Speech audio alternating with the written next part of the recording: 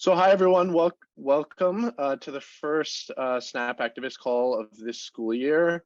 Thank you so much for making the time to come. It is much appreciated. SNaHP hopefully has some big plans for this year, so definitely more activist calls to come, and looking forward to connecting with everyone. Before we get in to the introduction to single payer talk, I want to do a quick plug for the PNHP Summit on November 4th and 5th. We are really trying to get as many students there as possible. I think we have like over 80 or 90 students going right now. So if you're on this call and you still want to register, please go on the PNHP website, reach out to me with any questions. I'll throw my email in the chat. But we're really on that Friday morning, November 4th, from 8 a.m. to noon. We're going to try and get like a student-specific summit going. We're coming up with a whole agenda for that. I think it's going to be a really great opportunity for students from around the country to connect and kind of revitalize the single payer movement. So yeah, so today's call is going to be kind of an introduction to single payer and like why we need it and the state of the current movement. Graciously given by Dr. Susan Rogers, our outgoing PNHP president, who has done such incredible work over this past year. So thank you so much for that, Dr. Rogers. She's an internal medicine physician from Chicago, Illinois, and has done so many wonderful things in her career. So it's a real honor for you to give this talk, Dr. Rogers. I'll let you take it away. Okay, well, thank you so much. And I am very happy to do this, and I really like talking to you students because you are the future of PNHP, and the work that you do and the advocacy that you do working to get single payer is vital to us making these changes that we need to do in this country. So what I want to talk about is why we need Medicare for all or single payer. And single payer just means there's one payer that pays for healthcare, and that would be the government that we're talking about. And I think it's important to understand what's wrong with what we have so that you can understand why single payer will help fix this. So I have no disclosures. And I want to start out with this slide. And this is a front page of an investing magazine or newsletter that they put out regularly. And this was back in 2018. And Goldman Sachs is a big pharmaceutical company who asks, is curing patients a sustainable business model? Now think about that for a second, because isn't curing patients what we're all about? Isn't that why we are physicians? To even if we can't cure them, we hope to make them better. So the whole idea that is a question that you would ask yourself tells you right there that there's some inappropriate. This is actually very well describes the inappropriateness of having for-profit entities involved with healthcare and healthcare decisions. There's no role if this is part of their philosophy. And what Goldman Sachs, this is by the company Gilead that makes Sovaldi, which cures hepatitis C. And what their sense is that if we cure hepatitis C, there'll be no more patients who are infected, and we won't be able to sell our drug to anyone. So this is not the way that physicians and that we look at healthcare. It should not this sort of philosophy. So let's see what's happening here. This is just a picture of life expectancy over the years, and you can see that the bottom has how much we spend, and the top is the vertical axis is what our life expectancy is. And in the red line, that's the United States. And you can see we are a definite outlier here. We don't live as long, anywhere near as long as these other countries, and we're spending sometimes 5-10 times as much as other countries on what they spend on healthcare. And even if you compare socioeconomic status of people who live here in the United States and that in other countries, the same socioeconomic status, we don't do as well in this country. So even the wealthier people living in this country don't live as long as the wealthier people in other countries. So this is not working. And I would ask you as medical students, if you were on that red line and you were studying and buying all these books and all these things to help you learn things, and that was where you were on the graph, wouldn't you look to the students over on the left in the gray and say, what are you doing? How are you so successful? And for some reason, the United States is not doing that. The United States does not look at other countries who are doing well, saving more lives, having people live longer as we do. And we continue to emphasize that we have the best system in the world and there is no need to change, maybe tweak it a little bit. So this is why we have a problem. And if you look at what's happened with COVID, you can see that the United States, this is us on the bottom, we lost more life expectancy years of every other single country. 21 peer countries from COVID. So obviously we don't have a system that works. And if you look at the top three in here, New Zealand, Taiwan, South Korea, they all have universal coverage. They have different ways of doing it, but they all cover everyone. Their country sees that it is to their benefit that everyone has coverage. They have the better outcomes. We who do not see that or accept that as what we should be doing are there on the bottom. So why do we have health insurance? Well, there's three big reasons. It's one, to protect our assets if we get sick so we don't go broke. It's to allow us to get access to care because you cannot get care if you can't pay for it. And it's also to protect our health so that we can stay healthy. Now, within this system, we have millions of people who remain uninsured all along, all the time. And so these are people, you can see that the numbers dipped when Medicare and Medicaid were founded in 1965 by the federal government, and they dropped, and then they've been creeping up. And what happens when you are uninsured, you have no access to health care other than the emergency room by law. The emergency room has to take care of you, but all they do is stabilize you.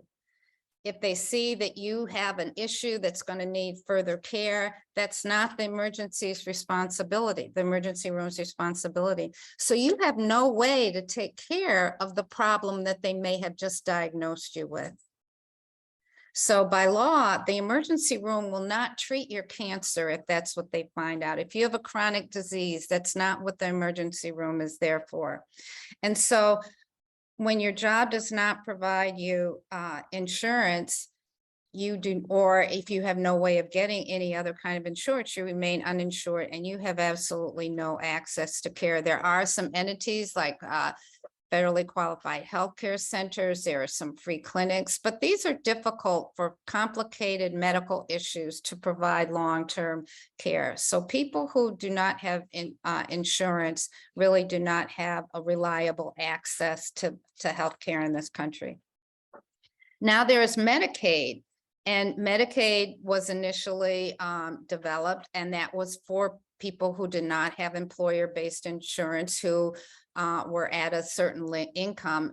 And Medicaid is federally funded, meaning it's a federal program, but it's state financed, so that it's federally funded, but it's state provided. So the states decide what benefits you get, how you get them, what your income has to be before or less, so that you are eligible for this. And so you can see that the Medicaid numbers have risen after the Affordable Care Act, where it had actually meant to have a mandate so that all states would expand Medicaid, but then they took it to court. And so there are now 12 states that did not expand Medicaid. So not everybody has access to Medicaid. And keep in mind that the numbers, the income levels that states decide whether you are eligible or not is just based on how much money they want to spend on Medicaid. It is not based on whether you are poor enough for this, whether you are sick enough. It just has to do whether you are eligible for that. Now, Medicaid is actually the largest single program providing healthcare coverage in this country, with coverage for low-income children, for low-income adults, seniors, those with disabilities. It covers about 25% of the population here. And like I said, it's federally funded and state delivered. And it has actually long prioritized the coverage of pregnant women and actually finances about 40% of all deliveries in this country. So Medicaid is an important part of our healthcare system. But the flip side of that, it is grossly underfunded. So it does not, the reimbursement rates of Medicaid does not even cover its cost. So there's a lot of physicians, especially subspecialists, who do not take Medicaid or see Medicaid patients. And like I said, that it covers about 40% of births. So a provider, an obstetrician who sees only Medicaid women will not even get reimbursed enough to cover her costs or his costs for delivering these babies. People who have disabilities who depend on Medicaid for their health care. And these are patients who obviously have, because they're disabled, they have ongoing medical needs, but they are doomed to a life of poverty to be able to keep their health insurance through Medicaid. Many people who are disabled could still work, they could still make income, but they cannot do that and still have their medical issues addressed. So this is not the way that we should be taking care of people in this country. And this is just a map that shows about the expansion of Medicaid. And you can see the orange states are the ones that did not expand Medicaid. And be aware that this was not a financial decision, because the federal government was paying for all of this, almost 99% of the cost of Medicaid. It was just up to the states to decide benefits. They chose not to do that. So this was just their way of maintaining control. And a lot of it, if you look at where Black people live in this country, the majority of Black people in the working age group, the majority live in the South. And those were the states that chose not to expand Medicaid. And that was clearly a decision that was done. I think that was a big factor, since finances wasn't the issue. Now, if we look at private health insurance, what you get by your employment, and this is one of the largest ways that people who are in the working age group receive their health care, is through their employer. The thing about this is that it is a really regressive way that it is paid. And what happens is that the employer will often pay 2/3 of what the premium is, and the worker pays the other third. And it's not that the worker pays it, that money just never gets into their check. So it's money that should have been part of their wages, but it is diverted to go to their healthcare premium, so that it's money, that dollars that they never see. And so what happens is that because the premium is the same, regardless of how much money you make, if someone makes $30,000 a year, they're paying the same premium as somebody who may make twice as much, who may make 3 times as much. So this takes a much larger percentage of the income of poor, lower wage workers than it does of higher wage workers. Even the CEO who, makes millions is paying the same premium cost as someone who makes $30,000 a year. So it's a very regressive way to pay for it. And many people choose not to have private health insurance through their employer. And along with the premiums, you have a deductible. Now, a deductible is what you pay before your insurance starts to kick in. And the deductibles vary. With family deductibles, these are the highest deductibles of all, and it can sometimes reach up to $11,000 a year.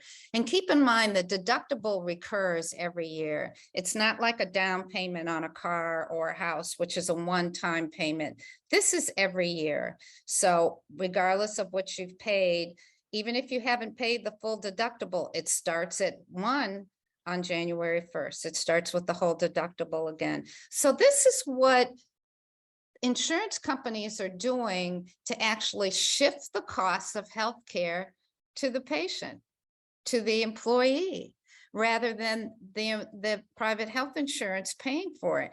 And paying down the deductible only applies to covered care. So if you need to get a pair of eyeglasses and you don't have ophthalmology as a covered benefit, that's another out-of-pocket expense.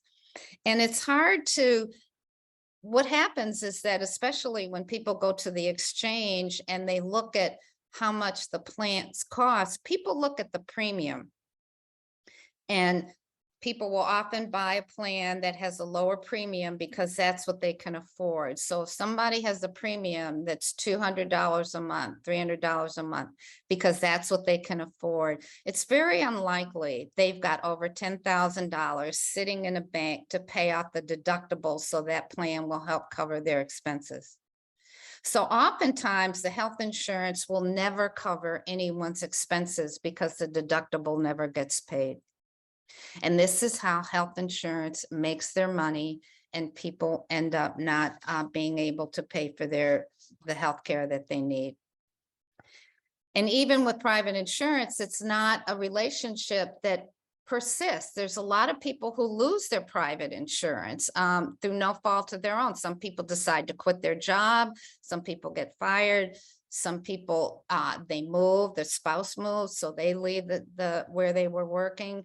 Children, when they turn 26, are no longer covered on their parents' policy.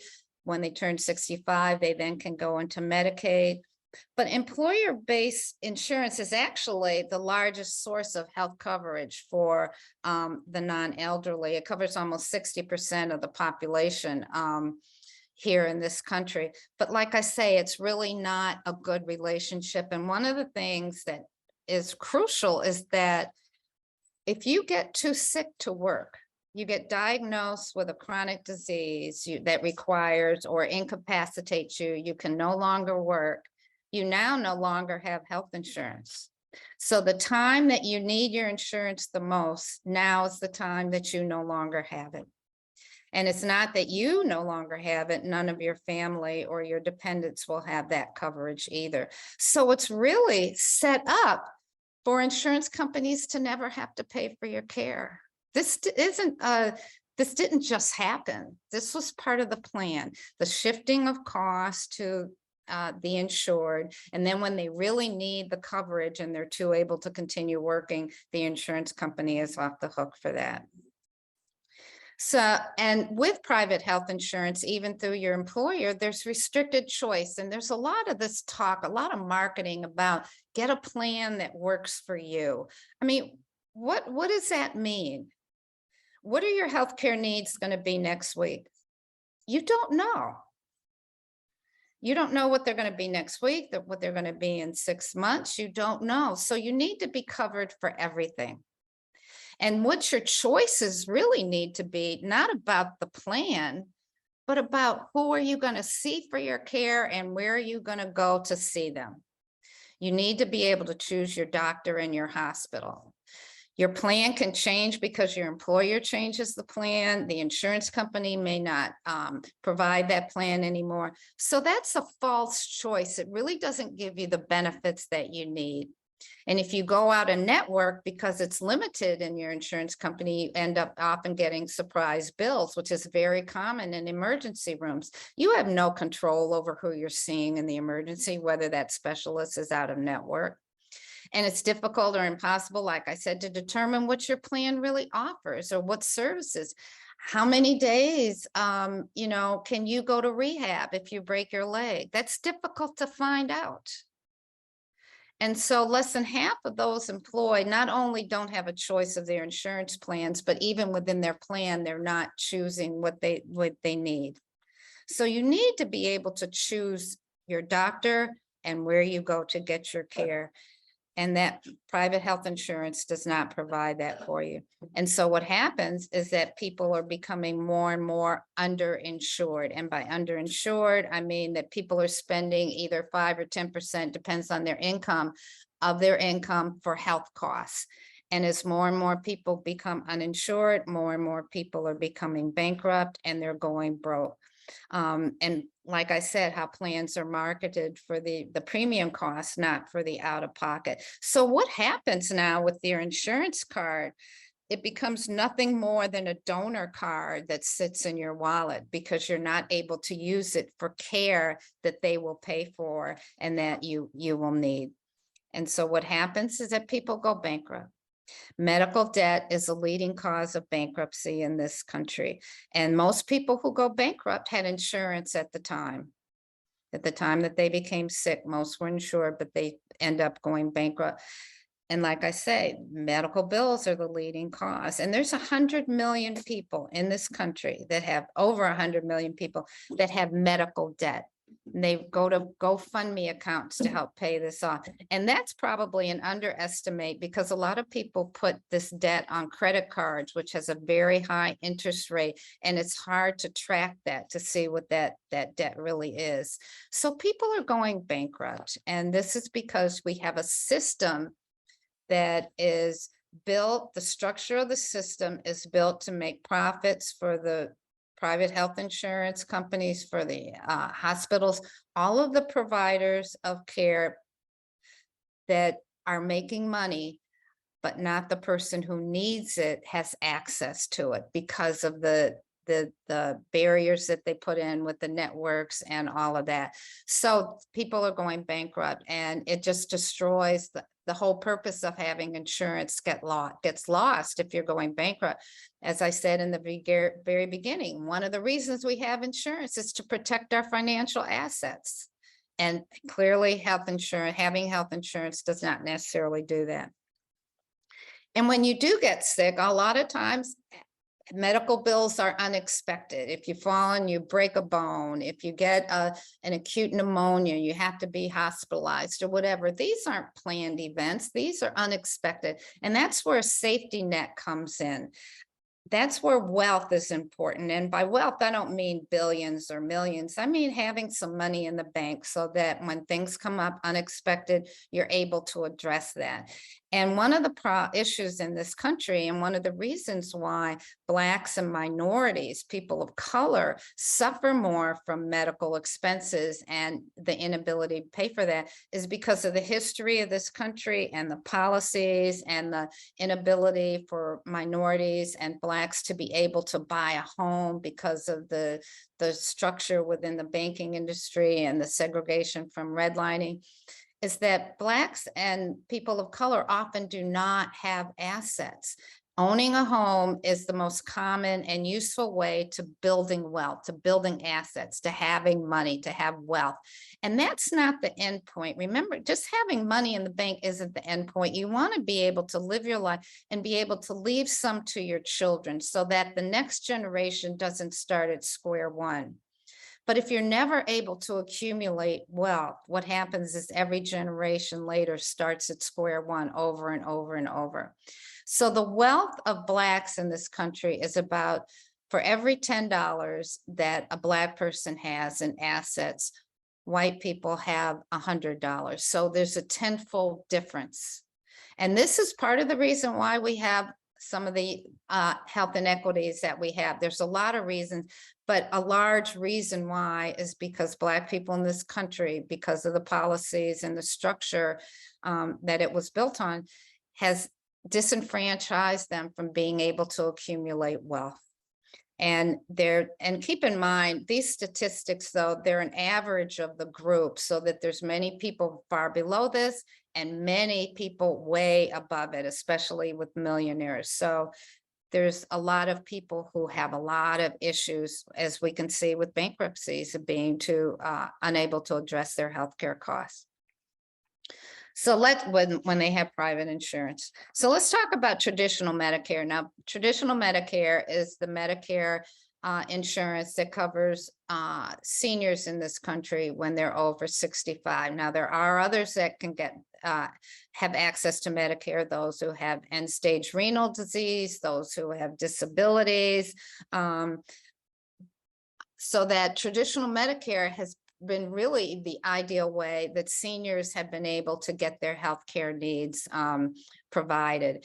And there's about, like I say, almost 60 million people in this country who have traditional Medicare. It's a fee-for-service model that has been widely criticized now, and it has been blamed for the high cost of healthcare, for the overuse in healthcare. However, there is absolutely no data that supports that myth, none at all. Costs are high in this country because there is no regulation of the costs in this country. People can charge whatever they like. Hospitals can charge whatever they like. Pharma can charge whatever they like. The government has refused to step in. And it's interesting because the government decides how much a gallon of milk costs. It regulates the cost of soybeans. So why is it that the government can do that to control those costs, but it does not control the costs of healthcare? And also with traditional Medicare, you can go to whatever physician or hospital that you want. There is no restrictive network. You can see a physician in California. The next week, you could see a physician in New York. All are covered by traditional Medicare, and it's a fee-for-service system. Now, there are increased numbers of people who are now choosing Medicare Advantage, and Medicare Advantage is the privatized form of Medicare, and it does have some advantages. It has a few extra benefits, but there are more copays and out-of-pocket expenses with Medicare Advantage. You have to pay a copay every time you see a physician. You don't have to do that with fee-for-service traditional Medicare. So there are some out-of-pocket expenses, but it becomes more attractive to people who may not be that sick, who aren't going to the doctor that much. And now we have the ACO REACH program, which is Medicare Advantage. I like to call it on steroids or on performance enhancing, but it's a very profiteering private equity involved, venture capitalists. There's a lot of these big game players there whose only role is to make money. They are not there to be able to provide, to improve health quality. And what has happened, especially in like nursing homes that the ACO REACH has gotten involved in, and private equity has destroyed a lot of these nursing homes. It's destroyed a lot of smaller rural hospitals, so that this ACO REACH Hope program, which is very privatized, and it's moving to get more and more people in it, and you don't even have a choice. You get pulled into it if your doctor gets pulled into it. So a lot of traditional Medicare is being destroyed, and now there's more people in these privatized forms of Medicare than there are in the traditional Medicare. And what they're doing now is that they're stealing money from the trust fund and expected to be depleted by 2026. So this is actually, when you think about it, Medicare is publicly funded, but now that money, these public funds are going into a private entity who then decides what care you get or what care you do not get. And so we've lost control of our public funds by the privatization of healthcare. And one of the things they do is they increase the risk scores so that now they become capitated. So Medicare Advantage, rather than being fee for service, so if you go there for a checkup or get your blood pressure checked, it's not a fee for service where your physician bills for that visit. That physician gets paid a certain amount of money per month or per year to take care of you. And so it's to their advantage to make you look sicker on paper than what you really are. And that way they get more money, they get more capitation to take care of you. So their motive now is to not spend that capitated money on your care, but to keep it in their coffers and try to get more and more capitation. So what they do is that they look at, if you look at a healthy 76-year-old female who was on traditional Medicare or even on Medicare Advantage and who has no health care problems, this is what Medicare Advantage would get paid per year to take care of her, $4,000 a year. However, if we can upcode, that is, make her look a little sicker than she really is. So instead of just, she may have a high glucose at some point in her history. So now she gets diagnosed with diabetes. She may have had a period of depression, even though she's not being treated for it. So now she's diagnosed with major depression. But they add all of these diagnoses that they're not really spending time or money taking care of. A lot of it is fraudulent, a lot of it is illegal, but it increases the capitation. So now for this patient, now the physician or the ACO REACH, whatever the group is, the ACO that the physician is a part of, now gets $9,000 a year to take care of her, even though they may not be doing any more for her than what they were doing before. And then you can even maximize it. You can diagnose her with morbid obesity. It can be complicated diabetes, whatever. So now the government is now paying that Medicare Advantage plan $32,000 a year to take care of her. And this is why PNHP became very active in trying to stop this ACO REACH program, because it is further depleting the Medicare trust fund and will empty the coffers, and there will be no money left to pay for Medicare patients because of the intrusion of private entities who are fraudulently taking money out of the trust fund and going into their profits rather than healthcare. And the way they are able to keep this money is by denying care. And it's been shown that they inappropriately do this, but there's the lack of oversight by the government in controlling this. So what has happened now with Medicare, traditional Medicare, is very efficient, low administrative costs, because the doctor sees the patient, the doctor bills Medicare, the doctor gets paid. You don't have to think about, is this covered or that covered? Everybody with Medicare has the same exact benefits. It's not like private insurance where this plan covers this and not that, and another plan doesn't, and you spend a lot of time figuring that stuff out. You don't have to do that with traditional Medicare. It's a very low overhead, and it's just 2%. So 98% of all the money from Medicare goes to cover healthcare. Medicare Advantage, because you now included a private entity here, you've increased the administrative costs and the time it takes to bill and to figure out what gets covered. So now patient care only covers 85%. They only spend 85% of their revenue on patient care, and they keep 15% for profit and overhead. So you have fewer dollars now going to healthcare. Who loses?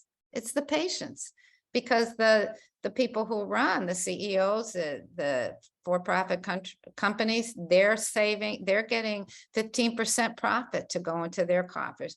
And the ACO REACH program is even worse. You've got now patient care, only 60% of the revenue is going to cover patient care. So less is going to make patient care, more is going into profit. Yet they tout it as saying you'll get better quality with less cost. I don't know how they can reconcile these two things, but this is what they're doing. And it doesn't work. It is just stealing. People are not getting the care that they need.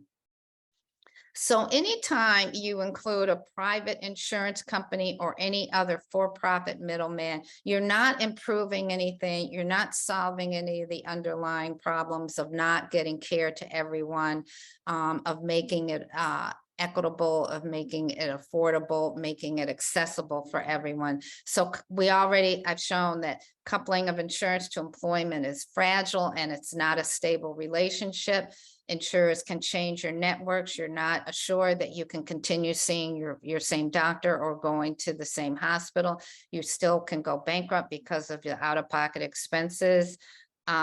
We're providing more government money to insurance companies and privatized Medicaid and Medicare, which doesn't lower costs or improve care. It just increases what the government is paying to these private entities. And it diverts taxpayer dollars directly to for-profit healthcare entities. It's just a ludicrous system that unfortunately Congress just does not see.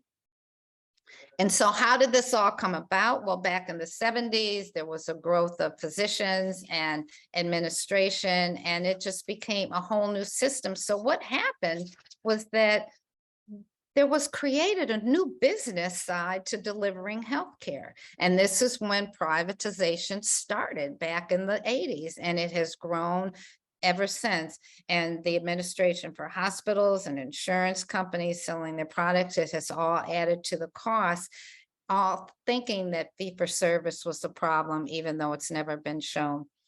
And so when we look at unnecessary administrative costs, if you look at large hospital like Duke University, they have more billing clerks than they have hospital beds. And this is because billing is so tedious and so time consuming. Everybody has a different plan. There's been a different negotiated price for the same thing. So transparency of hospitals and their prices is really not useful to people, because you have to know what your insurance is going to pay. Not what the hospital charges. You need to know what your insurance will pay for a procedure, for a lab test, or whatever.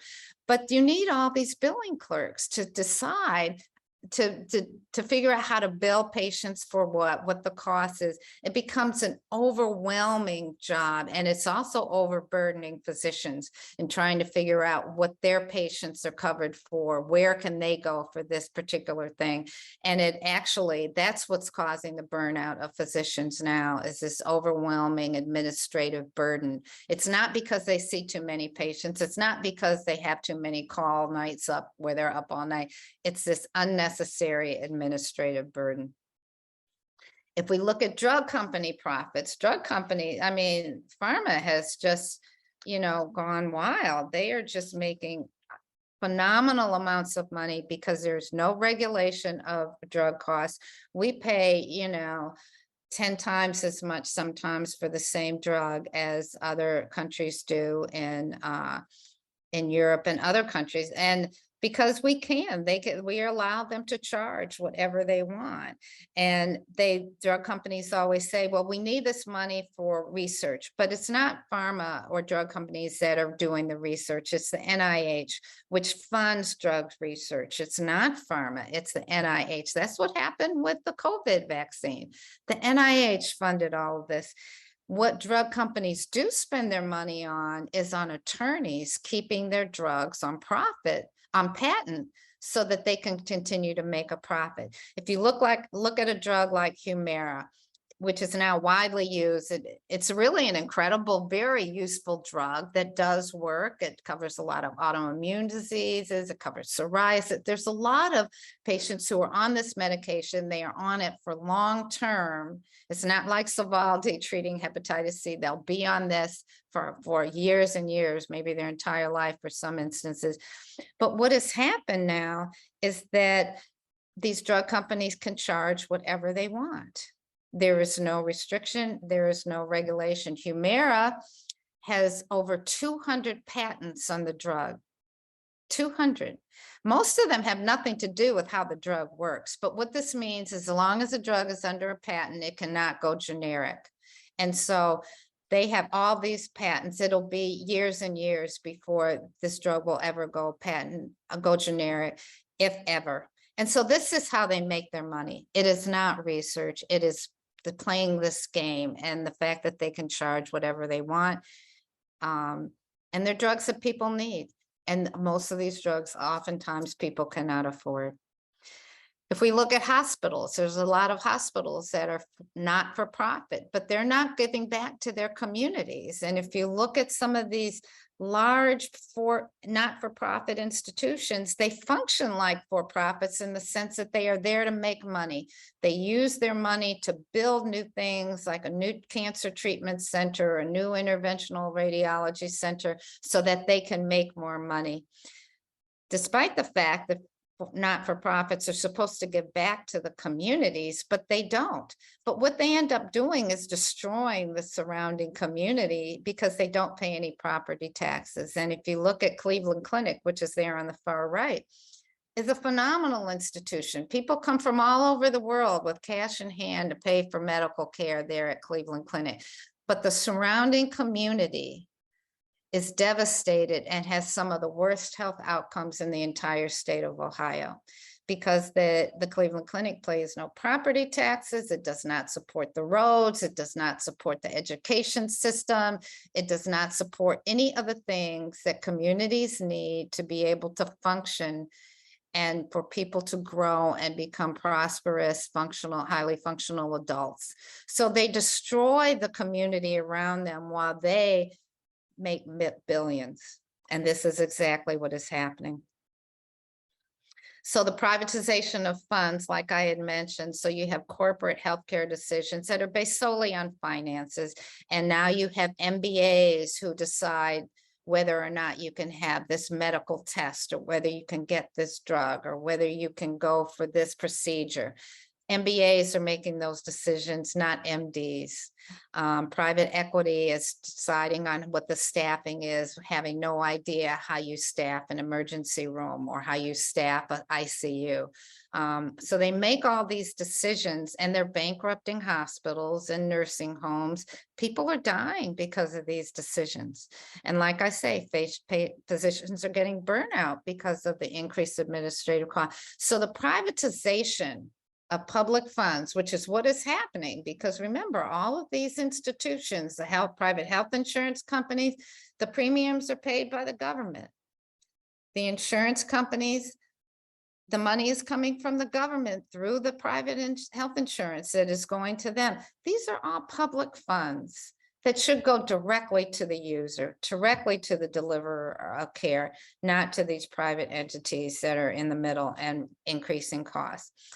What would single payer do to address this? Well, one, we suggest global budgeting of hospitals. And this is something that has always been in what was necessary for single payer to function. And that is, you have a budget to decide what care how much money this hospital needs to provide the care to the people who live in that community. Now we don't even have community hospitals anymore. We have all these mergers and entities that have gotten together and formed one corporate with 25 different sites throughout the country. So this whole sense of a community hospital is getting lost because of this. Whereas if we had global budgeting, it would address the needs of that community. And it would not be based on what you need to make more money. If you need a new x-ray department, you need to upgrade your facilities. If you need a new cancer treatment, that comes from a separate budget, and you have to apply for that. Right now, hospitals just do it so they can make more money. But here it would address the needs, and it would just be like building fire departments. You never stop at a stoplight and see 4 fire stations on each corner. The fire stations are placed where they need, so that this whole city is supplied with enough fire departments to cover the city. Now, there are areas, especially in rural communities, where there isn't enough access of hospitals or things like fire and police departments.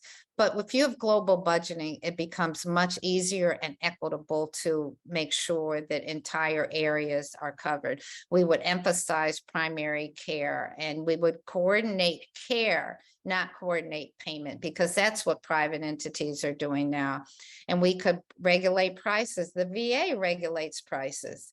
That's why their drugs are so much cheaper than what everyone else has to pay. And it would decrease malpractice costs. You wouldn't have to end up having malpractice suits for multi-million-dollar settlements to pay for future healthcare costs. You would have those healthcare costs would be paid for by a single payer system. So you would only have settlements to cover negligence or malpractice if that was the case. So single payer would cover all comprehensive coverage that is needed, including preventive services. We'd also include long-term care. Right now, nursing home care is mostly paid for by Medicaid, which means you have to be destitute before you can have Medicaid come in and pay for your nursing home care. It would also cover home care. We'd expand it to include dental, ophthalmology services. We would expand mental health services, so that there's a lot that we can do with comprehensive coverage at a lower cost, because we would not involve these for-profit entities that are taking so much money off the top, and we would provide all the services that everyone needs. And everybody has the same benefits, so there's not any concern about, I don't know if this will be covered. If it's covered for everyone. If it's not covered, it's not covered for anyone. But like we say, all medically necessary services. No out-of-pocket expenses. And it's been shown that this makes sense. Even the Koch brothers did a study that showed that this makes sense.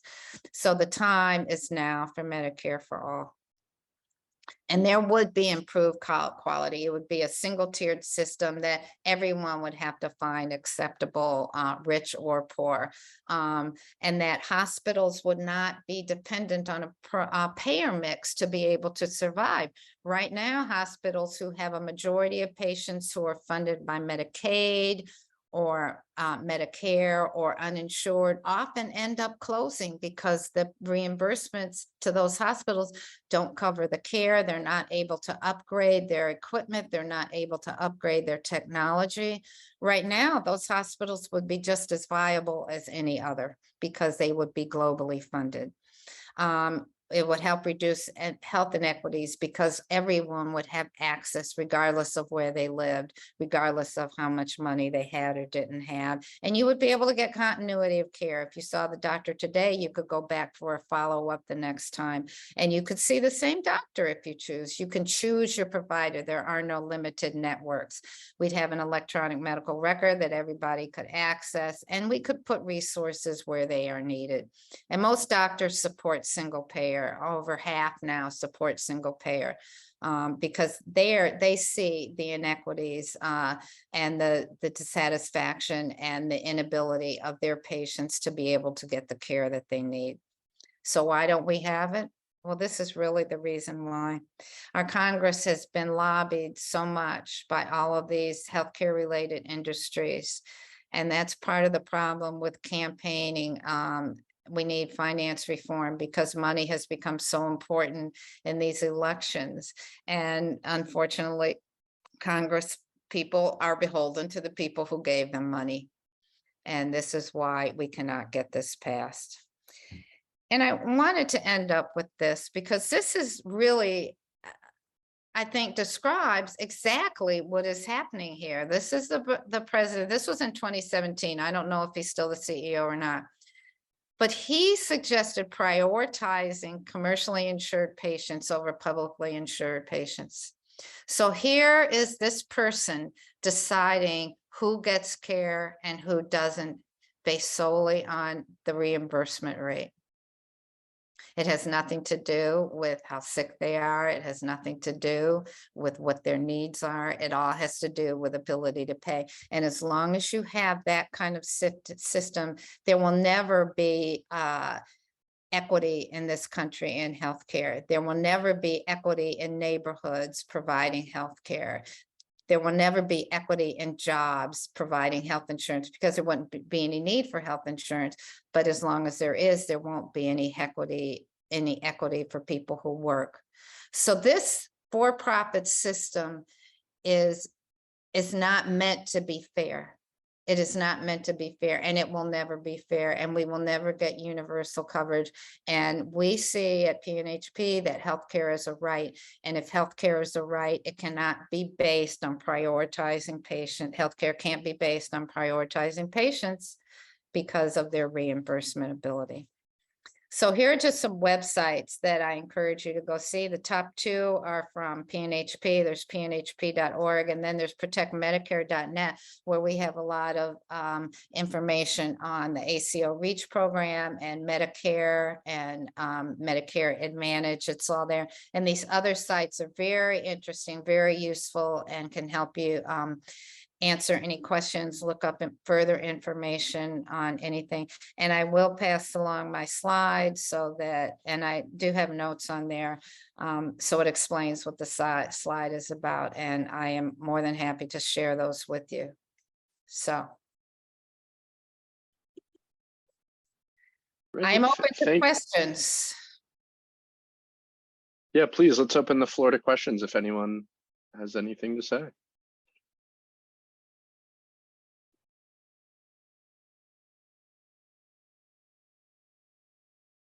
I don't know if anyone has, family members who have medical issues that were not able to get addressed because they were denied care or they couldn't afford the co-pays or the deductible that was needed.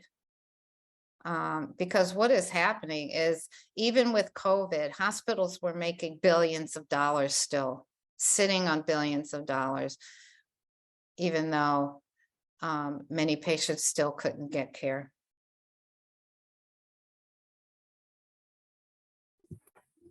Hi, Dr. Rogers. I had a question. Uh-huh. My name's Mo. I'm at Northwestern. My question was, I know that one of the initiatives that the PNHP is prioritizing is working to change the opinions of state medical societies. I was wondering if you had any experience or perspective on the Illinois State Medical Society or the AMA, which is here too, in terms of changing physicians and leaders' opinions in those institutions. Yes, there have been more and more resolutions that have passed. And that's because of the work of activists and PNHP and other healthcare groups are involved in pushing these. I think it's important for physicians to get behind this. And the AMA, they give lip service, but I doubt they ever will support this resolution. They didn't even the AMA was against Medicare and Medicaid when it was developed in 1965. In fact, the only doctor that was invited to that signing was Dr. Montague Cobb, who was the president of the National Medical Association, which was the organization of Black physicians who were not allowed to be part of the AMA.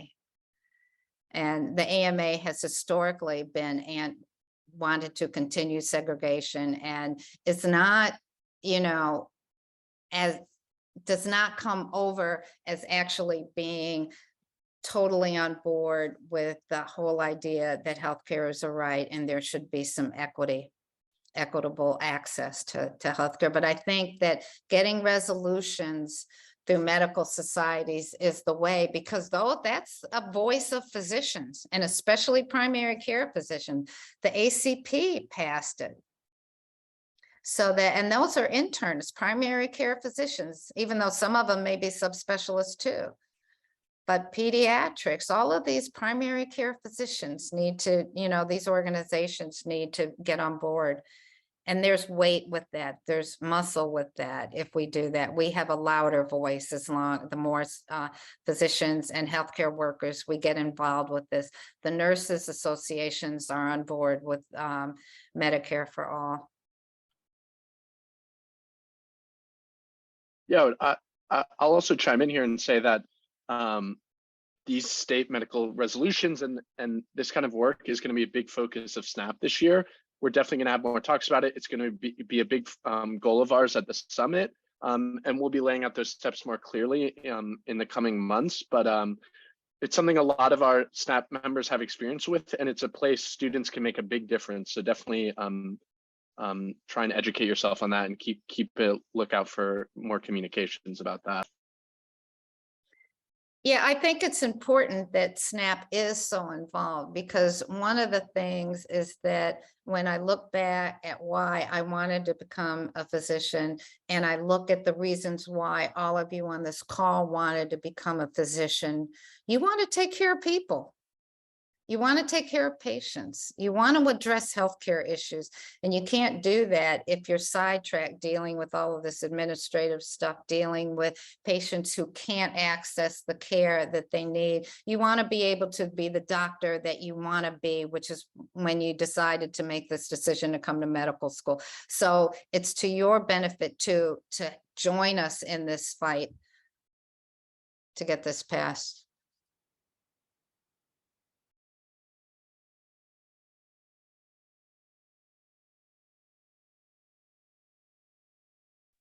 There's a other questions for other questions for Dr. Rogers?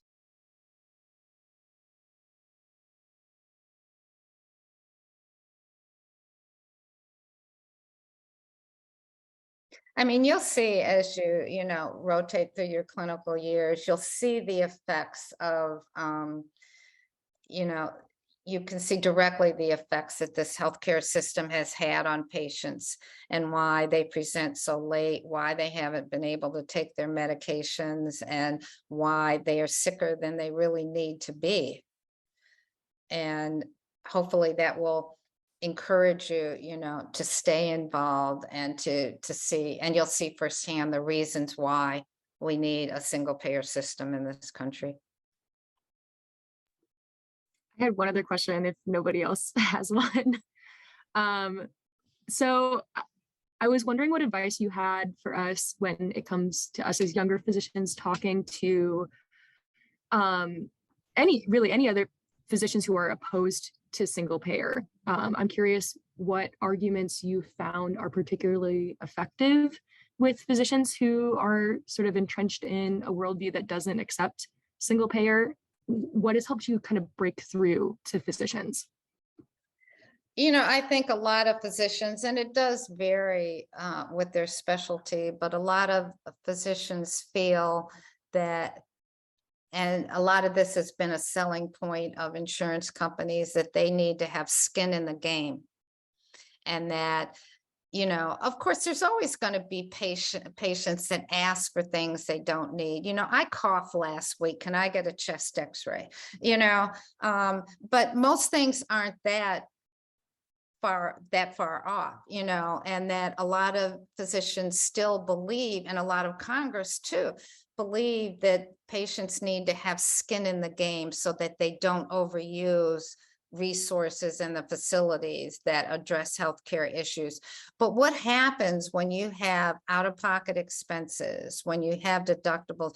You don't decrease overuse, you create underuse, because you don't address the unneeded care. People end up not getting their needed care because of copays. So it's the exact opposite of what it's touted to do. It's supposed to stop overuse, but it really creates underuse. And if you have, and studies have shown, like older patients that may have multiple medications, and they have a couple have copays that they can't afford to pay, they end up not getting anything filled because of those copays. And people can't prioritize their medicines. If you've got 10 things, which is more important? I can't even prioritize medicines most of the time. They need all of them, What are you going to say? So that all of these things really create underuse and make healthcare worse. And I always like to say this whole skin in the game argument is giving patients full thickness burns. They've lost so much skin. And it never ends. There's always going to be skin they want them to put in the game. And I think that's a good argument. I think that physicians often don't understand that, and they don't understand. And then pharmacy benefit managers and what has happened with drug costs. And they don't understand why we spend so much, and why is it that you can get an MRI in a European country for $150, and here you spend $3,000. Why is that?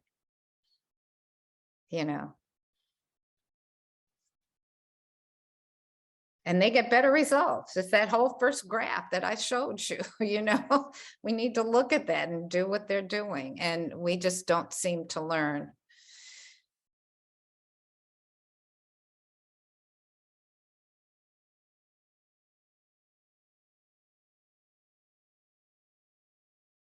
But one of the things that I would, encourage you to do when you are in your clinical rotations and you are on rounds and you present your patients, you put in that history, some information about why they're so sick because of this system, or why, that they couldn't get this medicine for whatever. You need to make that a problem, put it on the problem list, right under heart failure and hypertension or whatever, that's a legitimate problem that needs to be addressed, and put that in your H&P. And you'll find attendings that, may criticize you about that, but just justify it, say it needs to be there because that's part of the reason why they're here.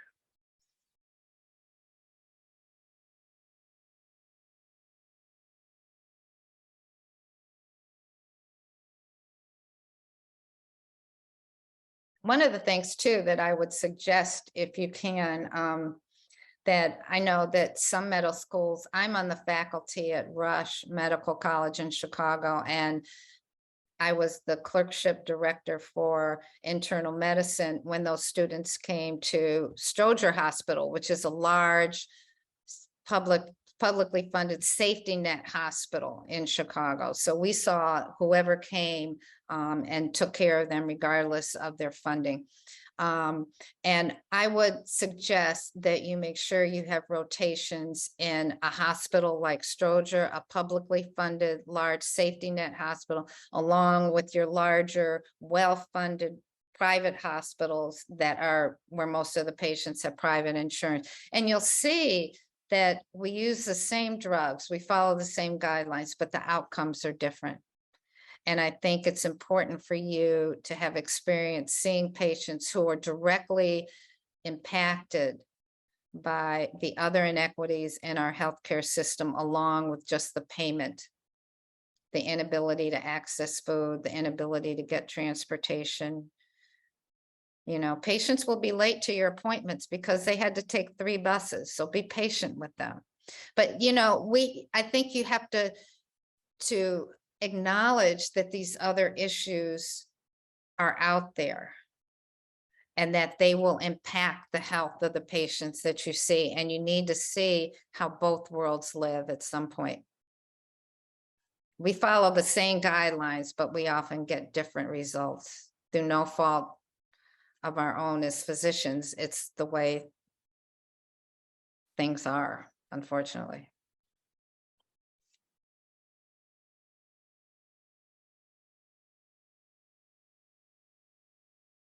Yeah, try to come to Stroger Hospital and you'll meet Dr. Fagan, who is she's very active, past president of PNHP and still very active as a national organizer, but she's the chief medical officer there. So that'll be a treat to come. So plan to come do a senior elective there.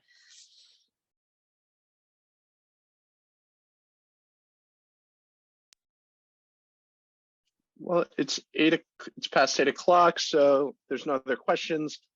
Thank you so much, Dr. Rogers. I've heard this talk multiple times, but this is the first time I've heard it since I started clinical rotations. And yeah, these issues come into focus even more, and especially when you lay out the healthcare system like this and we see these absurdities and the way it's designed to, you know, harm patients.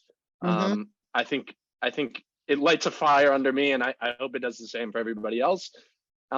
And I hope everyone continues to stay involved with SNaHP this year. I think we have some really exciting things on the horizon, so please keep an eye out. We'll hope to see you all in Boston in November. Okay. Yeah, see you there, Dr. Rogers. Good night. Good night, everyone.